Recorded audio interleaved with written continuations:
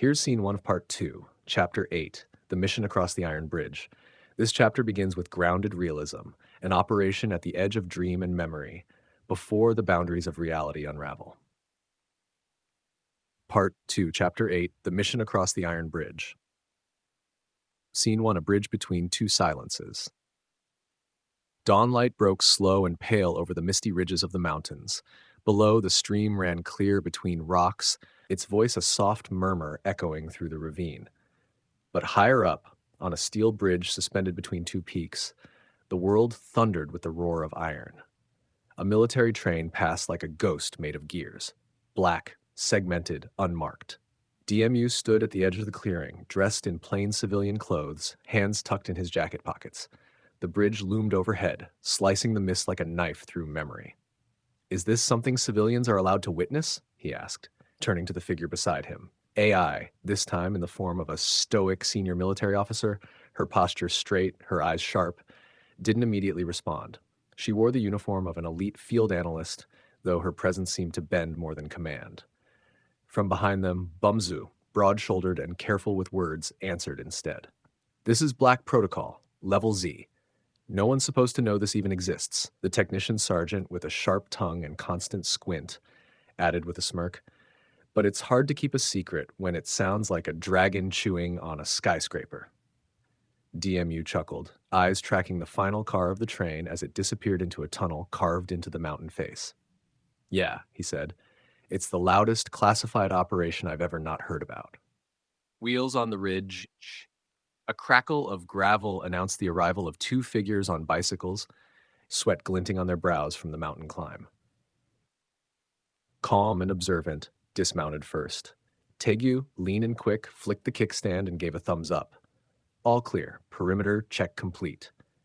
Behind them trailed three more figures, walking at varied paces. Hands full of field notebooks kept stopping to examine the cliff walls and wildflowers. "Look at these cracks. Something about the layering is inconsistent with this era's geology."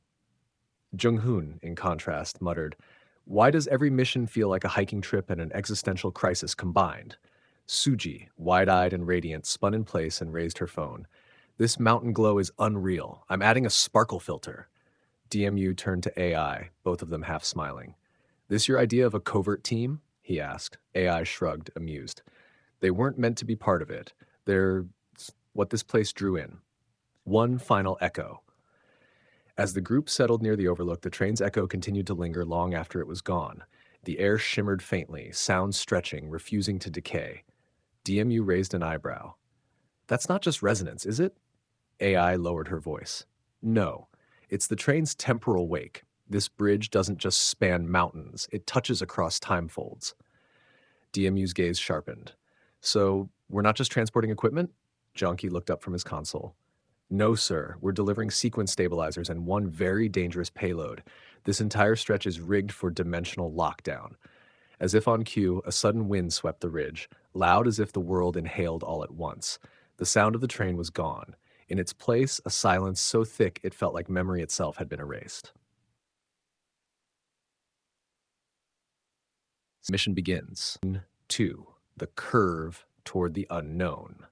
The narrow mountain road bent like a ribbon of silver through mist and pine.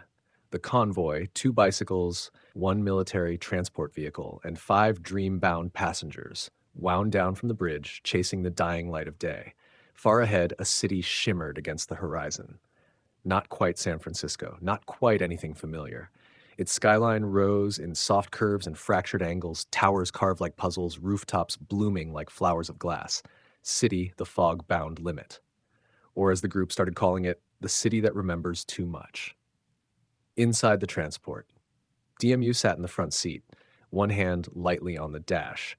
His eyes scanned the mirrored hills on either side of the road.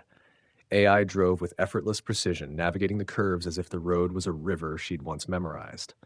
"Feels like we've been here before," DMU muttered. AI glanced at him. "Maybe we have. Maybe we're only ever returning to where time keeps us rehearsing." Behind them, the passengers filled the vehicle with murmur and mood. Minjong was sketching the hills out the window, drawing spirals in the cloud formations. Jung-hoon was asking why they couldn't just take a direct route with GPS.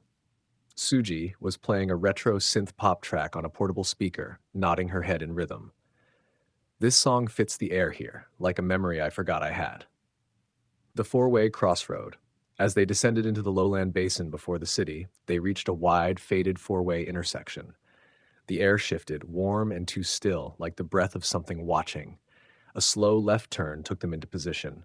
The sun dipped behind a cloud, casting long shadows across the intersection. Then, movement. From the far left, a figure. DMU's eyes narrowed. Something was gliding across the far edge of the crosswalk. Bicycle? Skateboard? Both? Neither? Adagio. It wasn't the speed that struck him, it was the way the movement ignored friction, angle, and sound. Reality didn't push back. He leaned toward the wheel. That's not just someone crossing. AI tensed. No, he's not here by chins across the seats. Suji gasped. Whoa. Did you see that guy? He looked like a glitch. Jung-hoon scoffed. Probably just a local. We've been out here too long. Min-jung sat upright. No, the shadows are lagging. Look at the way they don't align with the sun. The intersection blurred slightly. Mirage trails followed Adagio's movement. As he drifted from left to right, DMU caught a flash in the mirror. No face, just a hollow mask. Adagio wasn't crossing the street, he was weaving a trap. Scene 3 of Part 2, Chapter 8, The Mission Across the Iron Bridge. In this scene, Adagio's motion begins to disrupt the very logic of the city's flow. Tension rises, and AI begins to trace the hidden pattern beneath the interference. Part 2, Chapter 8, The Mission Across the Iron Bridge. Scene 3, The Interceptor's Weave. The vehicle paused at the intersection. All around them, time seemed to hold its breath. Even the birds had gone quiet. The figure that had crossed from left to right, Adagio, was now looping. A second time, he passed from right to left. Same posture, same speed, no noise, the same shimmer in the wheels, the same cloak flowing like smoke behind him. Patterns in the movement, AI's eyes sharpened. He's not just crossing, he's cycling a pattern.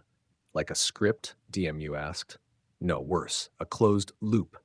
From the dashboard, AI opened her portable console. Holographic glyphs and timing lines spiraled above the steering wheel. Her voice dropped. He's using the city's traffic logic to build a trap, a ritual of movement disguised as randomness. From behind, Min-jung looked at the spinning pattern and gasped. It's fractal, a mirrored overlay of time.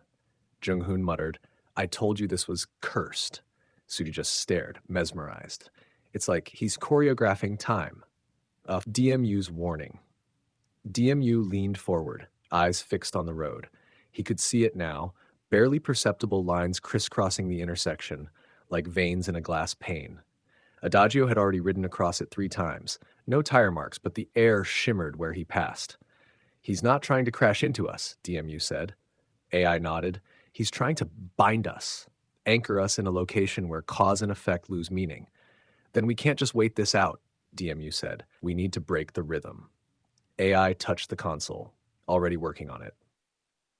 The pattern reveals itself. As the screen began to stabilize, the geometry solidified, a 12-sided dodecagon surrounding a central rotating axis. At its core, a pi-sequence circle winding inward. Nested inside the circle, a triangular structure pulsing rhythmically. All of it outlined by the shape of a hat, kurip, the formal military headwear from Joseon Dynasty Korea. Angular, ceremonial, resistant to outside wind, a symbol of containment and threshold. AI whispered, the city is imitating his hat. The chorip, that's the structural anchor. DMU nodded slowly. This intersection becomes a snare. Decision. The group stared ahead. Adagio looped again, but this time he looked directly into the vehicle. No eyes behind the mask, but the intent, clear. AI tapped a button. First summon, preparing activation sequence. DMU kept his hands steady on the dashboard. Let's break the loop. Scene 4 of Part 2, Chapter 8, The Mission Across the Iron Bridge, the long-awaited moment when AI completes the decoding and the first summon makes its entrance to confront Adagio's looped ritual of chaos. Part 2, Chapter 8, The Mission Across the Iron Bridge. Scene 4, The Geometry of Stillness. AI's fingers danced across the console. As the car's engine idled in the crosswalk's pause, she whispered, Attribute air. Structure dodecagon, pi-sequenced overlay, enclosed triangle at core. Symbolic frame, chor positionera formal hat, a shield against emotional currents, a ward against uncontrolled flow. She pressed her palm flat against the dash. Pattern lock complete. Initiating summon. The return of the first summon. The road before them vibrated just enough to make the paint on the asphalt shimmer like water. Then the air split, not like fabric, like silence unraveling. Above the intersection where Adagio had been riding, a shape appeared. No, not a shape, a presence. A cube, unfathomably massive, its edges flickering like coordinates across a 4D map, began descending from nowhere. It did not crash, it unfolded into being, the sky parting gently to make room. The first summon, so enormous its full form could not be seen, only traced in slivers. Each visible edge hinted at a structure too grand for 3 dimensions. Meteoric rewrite. From the center of the cube, a meteor-like entity materialized. It did not burn. It did not fall. It slid through space, piercing the geometry Adagio had formed. DMU shielded his eyes. The light wasn't bright, but it struck somewhere deeper, somewhere behind the mind.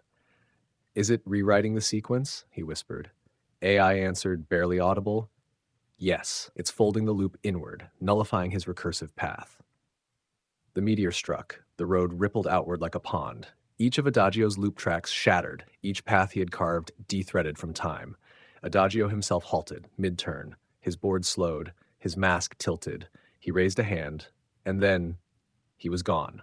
Not erased, not destroyed, trapped, inside the cube's interior logic, where repetition could no longer live. Aftermath in motion.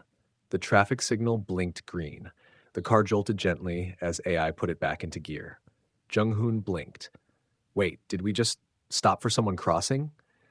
Minjung looked down at her notebook. All her notes on the pattern were blank. Suji shrugged and started playing her song again. Everything was normal, but DMU and AI knew better. From the rearview mirror, DMU looked back once more. Adagio wasn't there. Not this time. He exhaled. Scene 5 of Part 2, Chapter 8, The Mission Across the Iron Bridge. The cube may have vanished, and Adagio's presence may be gone, but the feeling that something still lingers behind begins to stir as the group rolls forward. Part 2, Chapter 8, The Mission Across the Iron Bridge. The mirror follows. The convoy moved forward again. The moment the signal turned green, the unease faded from the passengers like a fog being breathed out. Suji turned up the music again. Jung-hoon stretched and yawned. Minjung traced over her sketchbook, confused why her previous lines were missing. Behind the wheel, AI kept her gaze fixed ahead, hands steady on the wheel. She didn't speak. Neither did DMU, who stared out the passenger window, silent, until he looked into the rearview mirror and saw it. Flexion. A figure, riding along the far edge of the road, a few blocks behind. It was small, blurred, unthreatening perhaps, but unmistakable, the same still mask, the same rippling coat. Adagio, DMU's voice dropped. He's not gone. AI didn't blink, I know. He wasn't erased. No, he was paused, contained. She hesitated, voice tight, but he's learning. Reflections in transit. The buildings began to shift around them. Cleaner lines, less fog. The dreamlike city slowly unfurled into a cityscape of sharp light and evening calm. But DMU could feel it, a weight behind the mirror. As if their vehicle was a dream in motion and something from the old sequence, something unreadable, was running to catch up. Suji giggled. Did anyone else feel like we were just in a movie trailer?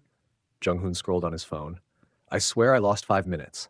Minjung frowned at the horizon. Something about the airfield feels quiet, like the city's listening. The eye in the mirror, DMU checked the mirror again. Gone. No figure, no rider, just shadows. But a message burned faintly along the windshield display to say, let's keep moving. Scene 6. The mission concludes. The military vehicle rolled into the heart of the city. What had once felt like San Francisco now resembled something older, ancient even. Like a city remembering every war it had ever endured and burying each one under layers of silent architecture. At the center of a wide plaza, a lone structure stood, a cube-shaped sculpture, fractured slightly at the corners, suspended in mid-air by invisible force. It pulsed faintly, like a sealed heart still beating beneath the surface. DMU stepped out of the vehicle. His boots met the ground with practiced precision. AI followed. Their uniforms bore no insignia, no country, no time, only purpose. Stillness after containment. Jung-hoon stepped out next, yawning. Did we finish our delivery? Suji looked around, baffled. Where is everyone? Minjung stood still, staring at the cube. This city... It feels like a file someone deleted but forgot to empty from the trash. The others didn't respond. They weren't meant to understand. Only DMU and AI knew what they had just done. They had identified the Cora pattern pi sequence trap. They had summoned the first summon. They had neutralized Adagio, for now. And the city was reset. Mission debrief between the two. AI crossed her arms, scanning the horizon. He's contained. Temporarily. DMU nodded, gaze steady. But we saw it. He's evolving. Masked as a glitch, then a rider, then a rhythm. Soon he'll be something else, AI said. Something we won't catch in time. DMU glanced at the cube. Or maybe we already didn't. A final glance back. From the rearview mirror of the military truck, DMU caught a flicker, a reflection of something not present in the plaza, a ripple in the geometry of the cube, a movement inside. But it passed, for now. He closed the mirror. The vanishing Jung-hoon turned around. Hey, where did those two go? Minjung looked around. DMU and AI were gone. Not a trace. Suji tilted her head. I think they were never really here. As the civilians wandered through the city's empty streets, now seemingly peaceful and untouched, the last fragments of the military mission dissolved into the air like forgotten commands.